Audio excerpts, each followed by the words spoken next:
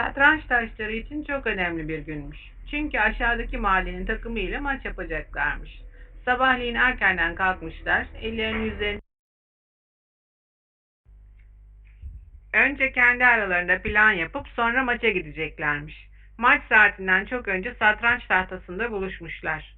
Takım kaptanı Şah ortaya çıkıp, "Arkadaşlar, sahadaki dizilişimiz çok önemli. Bu nedenle herkes maça başlarken nerede duracağını çok iyi bilmeli," demiş. Biraz durakladıktan sonra ben hepinize nerede duracağınızı söyleyeceğim. Sonra kalelere dönerek, "Sizler tahtanın birer köşesinde duracaksınız." Bunun üzerine kaleler hızlı adımlarla görev yerlerine doğru koşmuşlar. Şah atlara dönerek, "Sizler de kalelerin yanında duracaksınız." Atlar görev yerlerine doğru koşturmuşlar.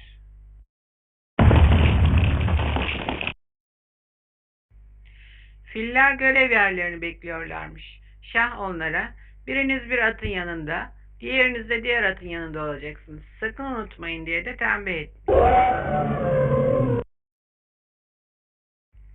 Filler de görev yerlerine doğru giderlerken Şah vezire dönüp, "Bu sırada sadece 2 kare boş yer var. Birinde sen dur, diğerinde ben durayım," demiş.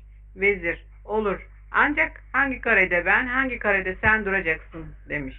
Şah, "Evet, haklısın. Unutmamak için sen kendi rengindeki karede durursun," demiş.